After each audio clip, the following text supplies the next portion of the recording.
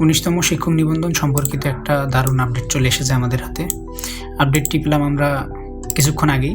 এই আপডেটে আমরা অনেক বিষয় লক্ষ্য করেছি, যেমন সার্কুলার কবে হবে, সার্কুলারের অগ্রগতি কী, এবং শূন্য পদের তালিকা কবেকার মধ্যে শিক্ষা প্রতিষ্ঠানগুলোর কাছ থেকে চেয়েছে মন্ত্রণালয়, এবং 2025 সালে যে গেজেট ছিল, গেজেটটার কী অবস্থা, কী বলা ছিল সেগুলো সম্পর্কে আপনারা শুরু থেকে শেষ পর্যন্ত দেখুন এবং চ্যানেলটি সাবস্ক্রাইব করে দিন। চলুন শুরু করা যাক।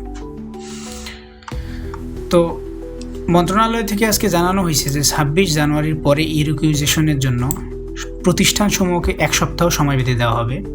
মানে 1 সপ্তাহের মধ্যে তাদের বলা হবে যে আপনারা ই-রিকুইজিশনের কাজ শুরু করেন। মানে শূন্য পদের যে একটা তালিকা তৈরি করতে হবে সেটার জন্য তাদের বলা হবে, সেটা 26 জানুয়ারির পরে, যে আপনারা তাদের কাছ থেকে মন্ত্রণালয় নির্বাচন 12 ফেব্রুয়ারি যে নির্বাচন আছে, জাতীয় নির্বাচন, তার আগেই শূন্য পদের চাহিদাটা চেয়েছে।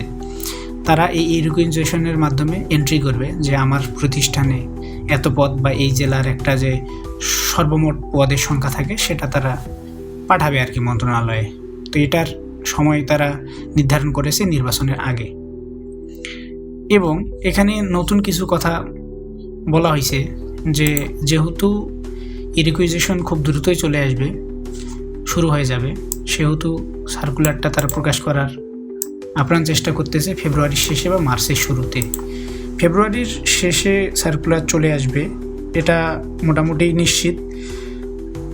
খুব বেশি যদি সময় লেগে যায় তাহলে মার্চের প্রথম সপ্তাহে সার্কুলারটা পাবেন। এর আগে পাওয়ার কোনো সম্ভাবনা নেই, ডিসেম্বরের শেষ সপ্তাহ অথবা মার্চের প্রথম সপ্তাহ।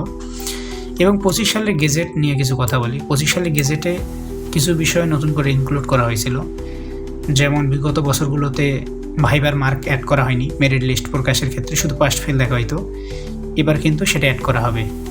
সুতরাং আপনাকে, এবং এখানে 40% পাস নাম্বার, যেমন এবার মোট 200 মার্কের পরীক্ষা হবে, এর মধ্যে সাবজেক্টিভ 100 মার্ক এবং যেটা সবার জন্য থাকে জেনারেল 100 মার্ক। এই 100 মার্কের মধ্যে 40 পেতে হবে, ওই 100 মার্কের মধ্যে 40 পেতে হবে, মানে মোট 40-80 পেলে আপনি পাস করবেন নিবন্ধনে।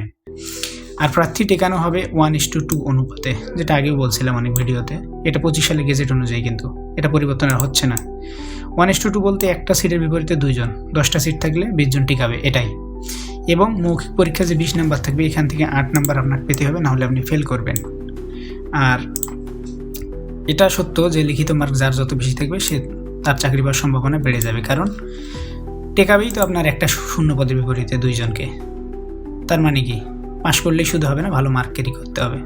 এটা হলো 2025 সালে যে একটা গেজেট দিয়েছিল NTRCA থেকে, সেটার ব্রেকডাউন।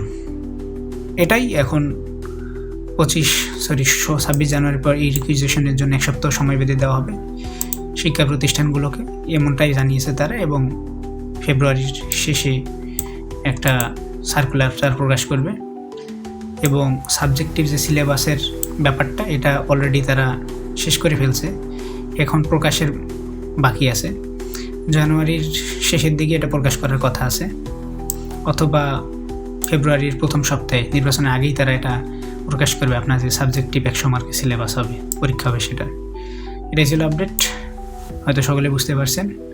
আর যদি নিবন্ধন সম্পর্কিত কোনো তথ্য জানার থাকে, কোনো জিজ্ঞাসা থেকে, অবশ্যই কমেন্টে জানাবেন এবং চ্যানেলটি সাবস্ক্রাইব করবেন। সকলেই ভালো থাকবেন, সকলের জন্য শুভকামনা রইল। আল্লাহ হাফেজ।